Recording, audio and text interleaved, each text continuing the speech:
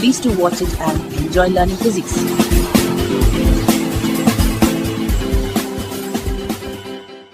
Okay મિત્રો, તો હવે આપણે આગળની થિયરી જોઈએ. સતત વિદ્યુત ભારના વિતરણને લીધે ઉદ્ભવતું વિદ્યુત સ્થિતિમાન. મિત્રો, પહેલા પાઠમાં આપણે વાત કરેલી કે વિદ્યુત ભારના બે પ્રકારના વિતરણ હોય, એક તો સતત વિતરણ અને એક તો અસતત વિતરણ. અસતત વિતરણમાં શું હતું તો કે વિદ્યુતભાર છૂટા છૂટા હતા અને સતત વિતરણમાં વિદ્યુતભાર એકની બાજુમાં એક હતો. એટલે સતત વિદ્યુતભારના વિતરણમાં ત્રણ પ્રકાર હતા. પહેલું, રેખામાં વિતરિત થયેલા હોય તો એને રેખીય વિતરણ કહેવાય. પૃષ્ઠ પર વિતરિત થયેલા હોય એને પૃષ્ઠ વિતરણ કહેવાય અને કદમાં વિતરિત થયેલા હોય તો એને કદ વિતરણ કહેવાય. ખ્યાલ આવ્યો? અને એ પૃષ્ઠ વિતરણ, કદ વિતરણ અને રેખીય વિતરણને લીધે કોઈ પણ બિંદુએ ઉદ્ભવતું વિદ્યુત ક્ષેત્ર પણ આપણે મેળવેલું. ખ્યાલ આવ્યો? પણ એની જેમ જ અહીંયા આગળ આપણે વિદ્યુત સ્થિતિમાન મેળવવાનું છે. ખ્યાલ આવ્યો વિદ્યાર્થી મિત્રો? કઈ રીતે? તો કે સતત વિદ્યુત ભારના વિતરણને લીધે. ખ્યાલ આવ્યો? એમાંથી આપણે પહેલું વિતરણ લઈએ, વિદ્યુત ભારનું રેખીય વિતરણ.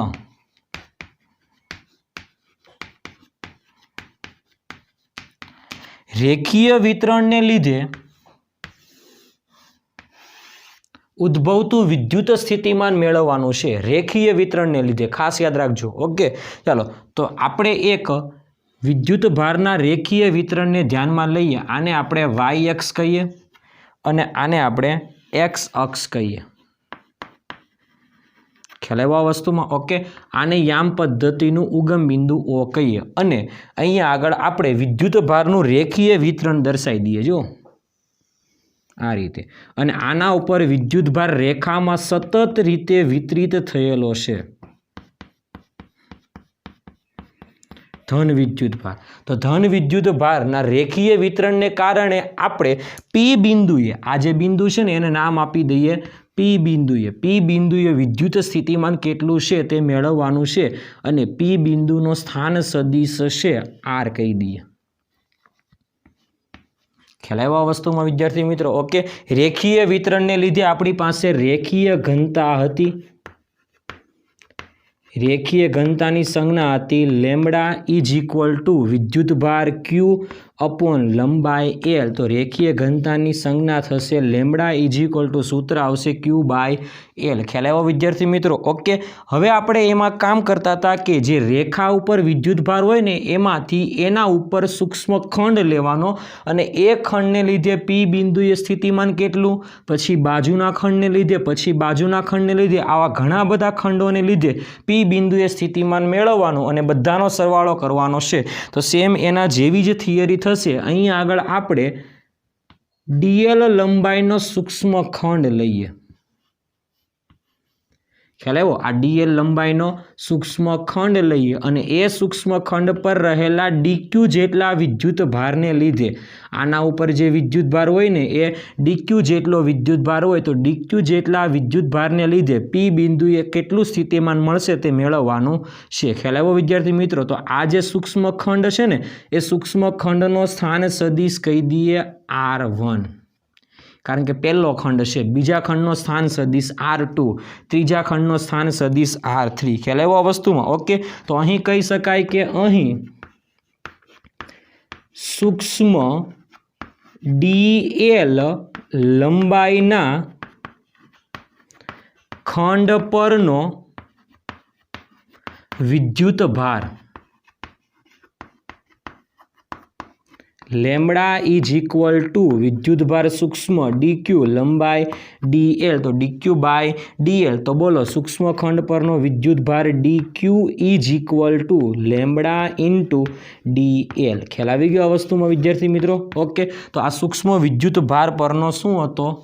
સૂક્ષ્મ ખંડ પરનો શું હતો? વિદ્યુત ભાર. ખ્યાલ આવ્યો? ઓકે, તો આ સૂક્ષ્મ ખંડને લીધે P બિંદુએ સ્થિતિમાન, તો એવું કહી શકાય કે dq જેટલા સૂક્ષ્મ વિદ્યુત ભારને લીધે ઉદ્ભવતું સ્થિતિમાન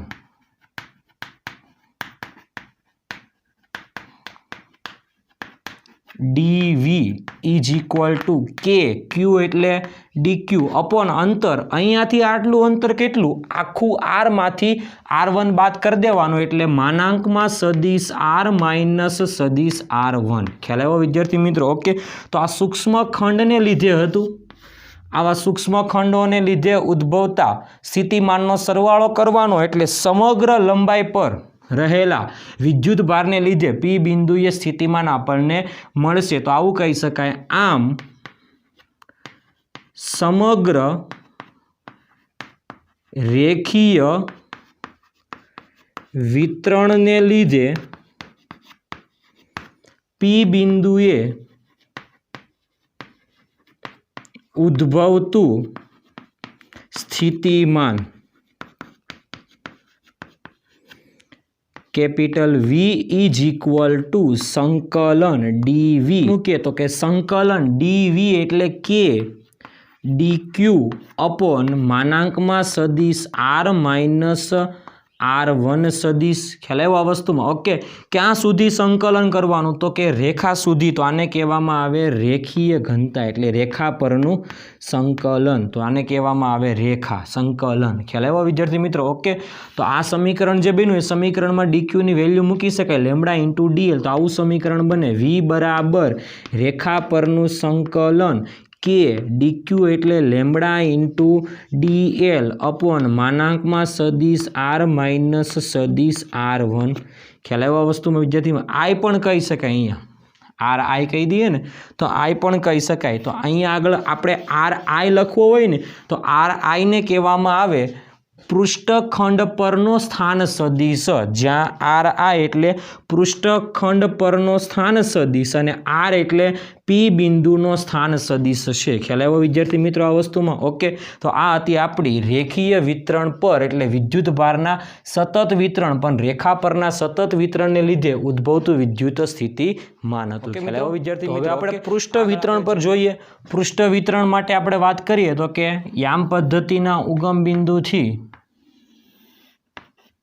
આ વાય અક્ષ અને આ એક્સ અક્ષ યામ પદ્ધતિનું ઉગમ બિંદુ ઓ. ચલો એક પૃષ્ઠને ધ્યાનમાં લઈએ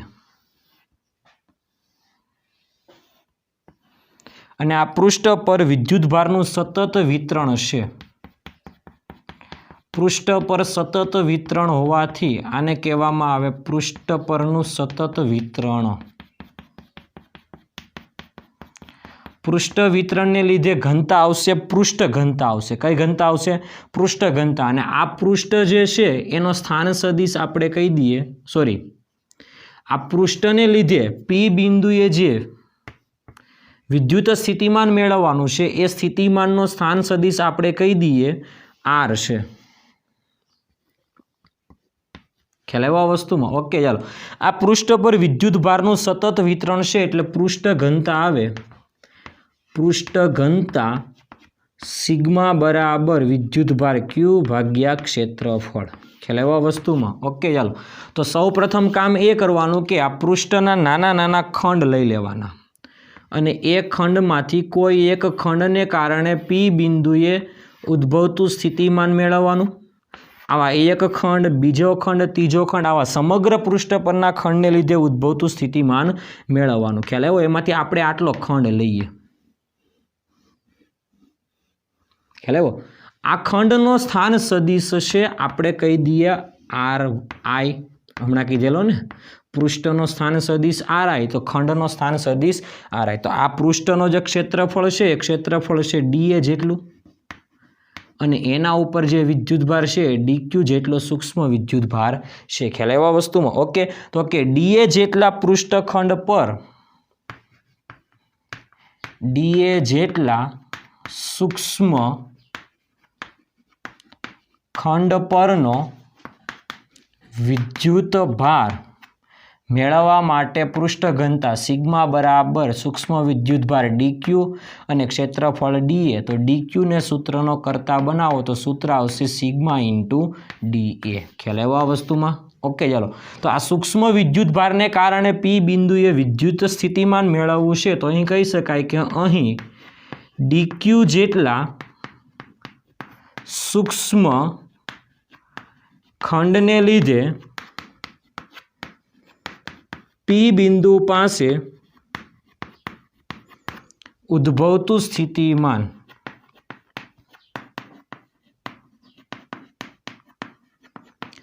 કેટલું આવશે તો કે ડી વી કહી દઈએ કે વિદ્યુતભાર સૂક્ષ્મ ડીક્યુ અપોન અંતર કેટલું છે જો આટલું અંતર છે આ અંતરને કહેવાય આર માઇનસ આર આઈ તો માનાંકમાં લખી દઈએ સદિશ આર માઇનસ સદિશ આર આઈ જ્યાં સદિશ આર આઈને કહેવામાં આવે પૃષ્ઠખંડનો સ્થાન સદિશ કહેવામાં આવે છે ખ્યાલ આવ્યો આ વસ્તુમાં ઓકે ચાલો આવા એક सूक्ष्म खंड ने कारण तो अहीं आगळ कही शकाय समग्र खंड ने कारण एटले समग्र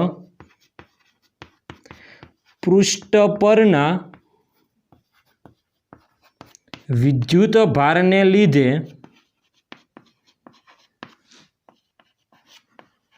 उद्भवतु स्थितिमान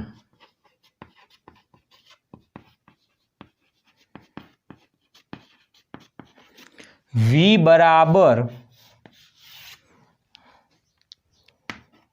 संकलन dv पृष्ठ परनु संकलन v बराबर संकलन dv एटले सूत्र मूकी दीए के dq अपॉन स्थान सदिश r माइनस स्थान सदिश ri ख्याल आव्यो ओके चलो संकलन पृष्ठ परनु छे ओके के ना बेठा के q नी जग्याए वेल्यू मूकी दीए सिग्मा इंटू डी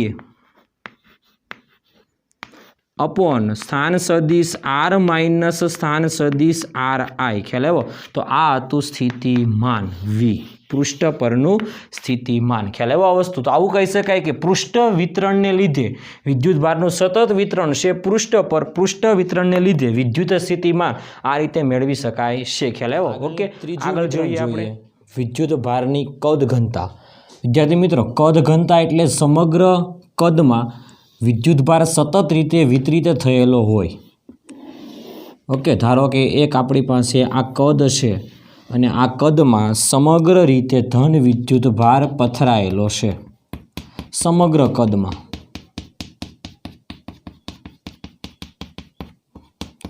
अने आ जे कद छे एनो स्थान सदिश अथवा आपणे वात करेली ते प्रमाणे आ कदने लीधे पी बिंदुए विद्युत स्थितिमान शोधवानुं छे तो आ पी बिंदुनो स्थान सदिश उगम बिंदुनी सापेक्षे एटले ओ नी सापेक्षे आनो स्थान सदिश छे सदिश आर ख्याल आव्यो विद्यार्थी मित्रों आ वस्तुमां ओके हवे तमारे आमां नानो एवो एक सूक्ष्म कद खंड लेवानो सूक्ष्म कद खंड आटलो डीवी जेटलू सूक्ष्म कद खंड लेवानुं अने ए डीवी जेटला सूक्ष्म कद खंड पर विद्युत भार डीक्यू छे तो आ डीक्यू ने लीधे आ बिंदुए विद्युत स्थितिमान केटलू पछी बाजुनो कद खंड पछी बाजुनो कद खंड आवा समग्र कद खंड लेतो जवानुं अने समग्र कद पर उद्भवता एटले समग्र कद ने लीधे उद्भवतुं पी बिंदुए स्थितिमान केटलुं छे ए मेळववुं छे ख्याल आव्यो आ वस्तुमां ओके तो आपणे आ जे कद खंड छे एनो स्थान सदिश आपणे कही दीए स्थान सदिश छे आर आई ख्याल आव्यो आ वस्तुमां ओके तो आपणे कही दीए कि डीवी जेटला सूक्ष्म कद खंड परनो विद्युत भार डीक्यू छे तो आपणे आवुं कही शकाय डीवी जेटला सूक्ष्म कद खंड परनो विद्युत भार डीक्यू होय तो कद वितरण में कद घनता आवशे एटले आपणे आ वात करीए कद घनता रो बराबर विद्युत भार डीक्यू अने कद डीवी तो बोलो डीक्यू बराबर शुं आवशे रो इंटू डीवी एटले आने कहेवामां आवे सूक्ष्म विद्युत भार ख्याल आव्यो ओके हवे आ सूक्ष्म विद्युत भार ने लीधे एटले आ कद खंड पर रहेला सूक्ष्म विद्युत भार ने लीधे पी बिंदुए स्थितिमान मेळववानुं छे तो एवुं कही शकाय सूक्ष्म कद खंड परना विद्युत भार ने लीधे पी बिंदुए उद्भवतु विद्युत स्थितिमान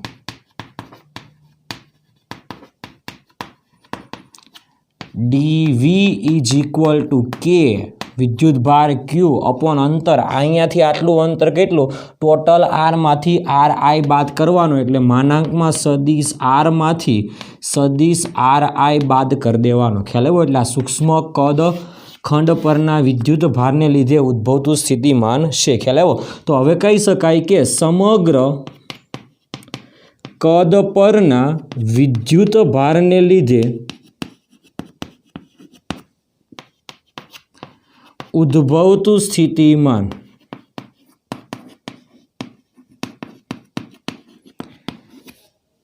વી બરાબર સંકલન ડીવી. ક્યાં કદ, કેટલું સંકલન કરવાનું, તો કે સમગ્ર કદ પરનું સંકલન, એટલે એને કહેવાય કદ સંકલન. તો વી બરાબર કદ સંકલન ડીવી એટલે સૂત્ર મૂકવાનું કે ડીક્યુ અપોન માનાંકમાં સદિશ આર માઇનસ સદિશ આર આઈ. ખ્યાલ આવ્યો? ડીક્યુની જગ્યાએ એક સમીકરણમાંથી કિંમત પણ મૂકી શકાય, એટલે સમીકરણ બને વી બરાબર સંકલન કે ડીક્યુ એટલે રો ઇન્ટુ ડીવી, તો રો ઇન્ટુ ડીવી અપોન માનાંકમાં સદિશ આર માઇનસ સદિશ આર આઈ. ખ્યાલ આવ્યો આ વસ્તુમાં? તો કે આને કહેવામાં આવે કદ સંકલન. તો કે આ કદ સંકલનને લીધે ઉદ્ભવતું સ્થિતિમાન છે. શું છે? વિદ્યુત સ્થિતિમાન. સમગ્ર કદને લીધે પી બિંદુએ વિદ્યુત સ્થિતિમાન છે. ખ્યાલ આવ્યો આ વસ્તુમાં વિદ્યાર્થી મિત્રો? ઓકે, જ્યાં સદિશ આર એટલે બિંદુ પીનો સ્થાન સદિશ, જ્યાં સદિશ આર આ એટલે એવું કહી શકાય સૂક્ષ્મ કદ ખંડનો સ્થાન સદિશ, એ હંમેશા બદલાતો રહેશે. ખ્યાલ આવ્યો વિદ્યાર્થી મિત્રો? તો આ હતું કદ વિતરણને લીધે ઉદ્ભવતું વિદ્યુત સ્થિતિમાન. ખ્યાલ આવ્યો? તો આ રીતે 3 વિતરણ આપણે ભણી ગયા, કદ વિતરણ, પૃષ્ઠ વિતરણ અને રેખીય વિતરણ. જે રીતે આપણે આગળના પાઠમાં વિદ્યુત ક્ષેત્ર મેળવેલું, એવી જ રીતે આ પાઠમાં આપણે વિદ્યુત સ્થિતિમાન મેળવેલું છે. ઓકે, ખ્યાલ આવ્યો વિદ્યાર્થી મિત્રો? તો આ હતું આપણું વિદ્યુત ભારના સતત વિતરણને લીધે ઉદ્ભવતું વિદ્યુત સ્થિતિમાન. Okay, thank you.